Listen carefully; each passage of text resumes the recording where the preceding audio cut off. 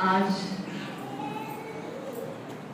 हम सभी लोग यहाँ पर हमारे प्रभु वरदानी भवन के वार्षिक उत्सव स्थापना दिवस के उपलक्ष्य में सभी लोग यहाँ पर उपस्थित हैं।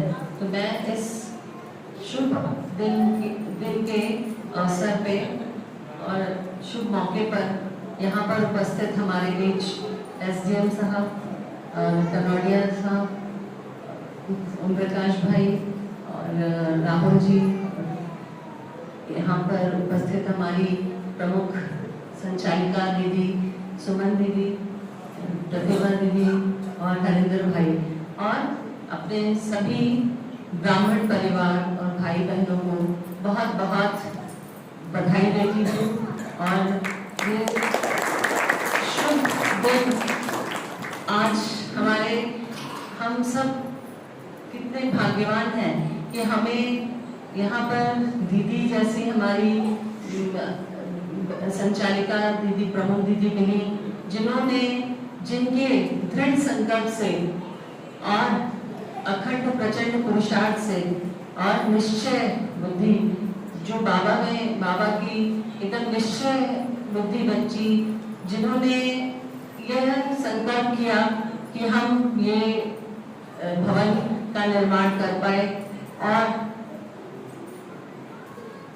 परमपिता परमात्मा का मैं बहुत बहुत धन्यवाद कहूँगी। और ये कहूँगी कि उन्होंने हम सभी लोगों को यह भाग्य दिया, निमित्त बनाया कि हम भी इस भवन के निर्माण में निमित्त बने और सहयोगी बने, कि हम आज इस छत के नीचे बैठकर आज यह अवसर उपलक्ष्य के में सभी एकत्रित होकर इस दिन को मना पा रहे हैं।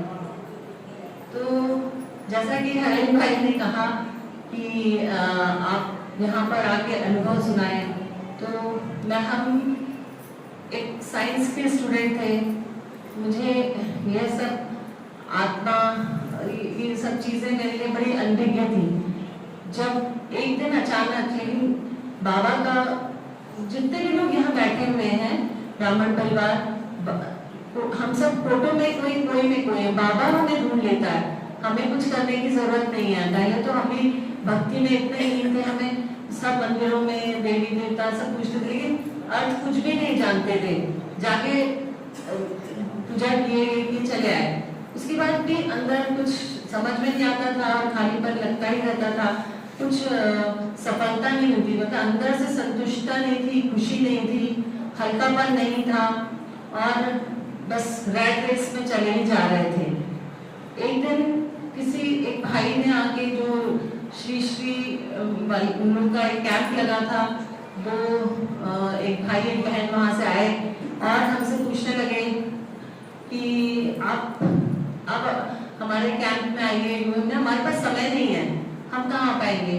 बोलते उन्होंने कहा कि आप करती क्या हैं, आप अपने लिए क्या करती हैं, नहीं आप क्या करती हैं। अरे सुबह से उठते हैं, पता कहाँ चलता है समय, छोटे छोटे बच्चे हैं, उनको देखना, स्कूल भेजना, फिर उसके बाद पेशेंट, ऑपरेशन, ये वो सब गिना दिया हमने है, तो आप अपने लिए क्या करती हैं, उन्होंने ये प्रश्न किया।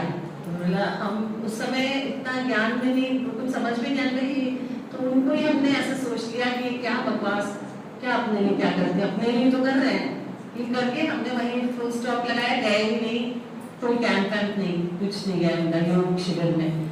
उसके बाद अचानक एक दिन वही प्रोग्राम शिवानी बहन का टीवी में देख रहे थे, हमें तो ब्रह्मा कुमारी इसके बारे में जरा भी ज्ञान नहीं था। दीदी को देखा तो हम सोचा हाँ, ये हमको किसी धर्म और ऐसा सब बिल्कुल अच्छा नहीं लगता था, जो कि धर्म के नाम पे सब बांट देते हैं, हिंदू मुसलमान ये वो सिख।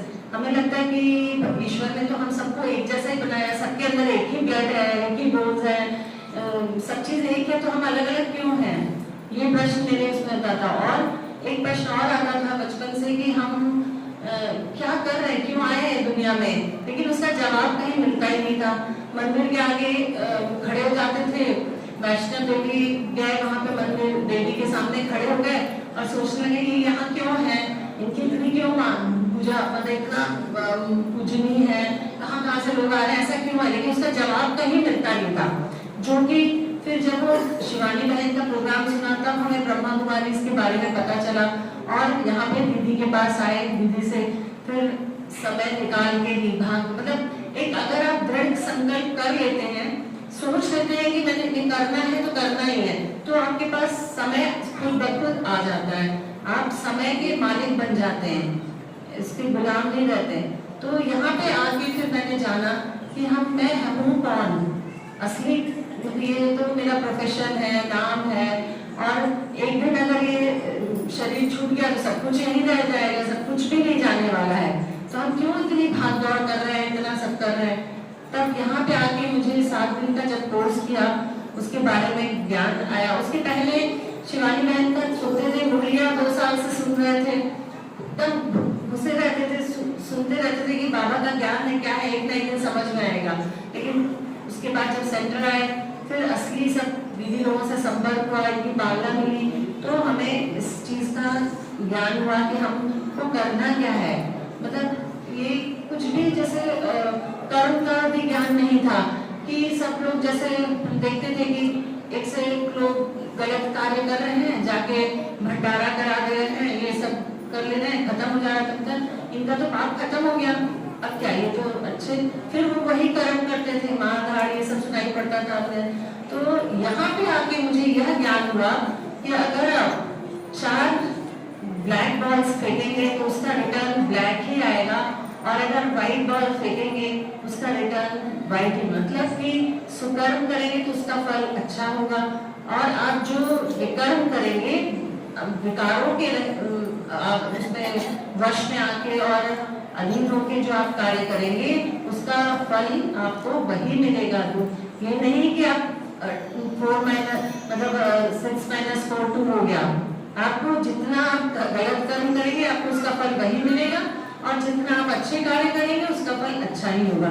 कर्म की गति, कर्म बंधन, ये सब की क्यों हमको मतलब कुछ करना है तो उसका शो नहीं करना है, नाम मान शान की इच्छा नहीं रखनी है, और सबको आत्मिक दृष्टि से देखना है। तो आप एक जब आत्मिक दृष्टि से देखते हैं, शरीर को देखते नहीं, तो आप में विकर्म आता ही नहीं।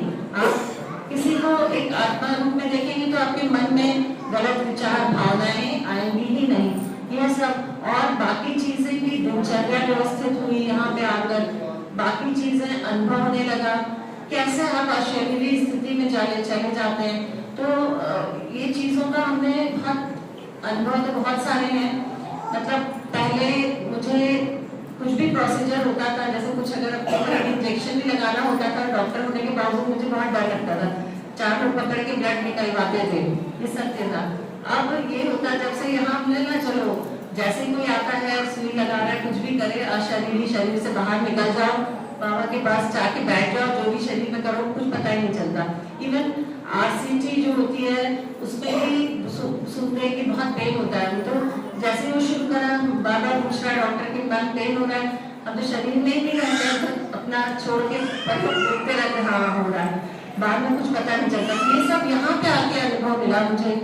तो ये सब चीजें जब आप करने लगते हैं, इसको प्रैक्टिस करते हैं और बाबा से जोड़ते हैं, बाबा पे निश्चय बुद्धि, तो आपको पहले तो परमात्मा में निश्चय बुद्धि और स्वयं में निश्चय, जो बाबा ने सम्मान दिया है आपको, उसमें कोई भी विकल्प नहीं आना चाहिए। आप हैं तो हैं, आप जो बाबा ने बताया मैं सम्मान दिए उसको हमेशा याद रखना है, तो आपको डर नहीं लगता, कहीं भी आप चले जाएं, किसी से भी आप बात करके कुछ भी कर सकते हैं। फिर पूरा हमारा ब्राह्मण परिवार, सबसे संस्कार मिलन ये करना और सारी चीजों यहाँ सब जब हमें ज्ञान हुआ तो हमारी जीवन बड़ी सरल हो गई, जो कि एक समय में बड़ा कठिन होता था जीना, दिन के अंत में आते आते एकदम एग्जॉस्ट हो जाता था।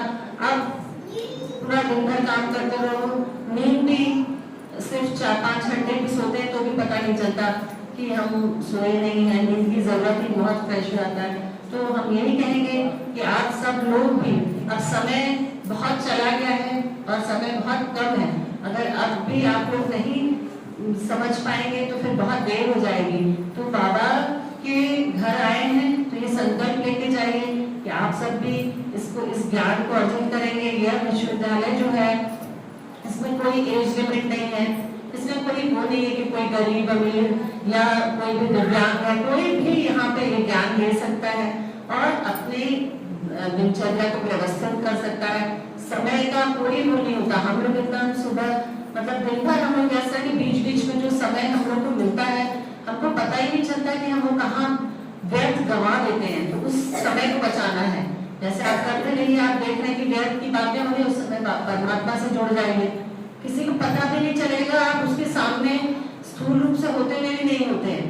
तो ये चीजें आप जब यहाँ आएंगे, ज्ञान अर्जित करेंगे और बाबा से जुड़ेंगे, परिवार से जुड़ेंगे, विधि लोग की पालना लेंगे, तो आपको इस चीज का अनुभव जरूर होगा।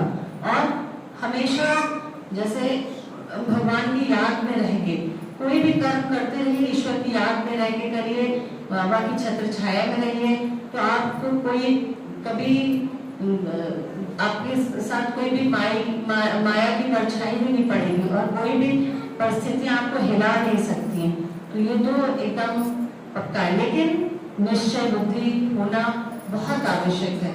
निश्चय होना कि हाँ, ये नहीं कि होगा कि नहीं होगा, क्या हुआ नहीं हुआ तो यहाँ आने से कुछ लाभ मिलेगा। बहुत लोग हमें कहते हैं कि यहाँ जाके यहाँ तो बस 4 लोग बैठे रहते हैं, 4-5 लोग। तो हम ये कहते हैं कि पांडव भी 5 ही थे, कौरव तो बहुत ज्यादा थे, जीत किसकी हुई? पांडव की।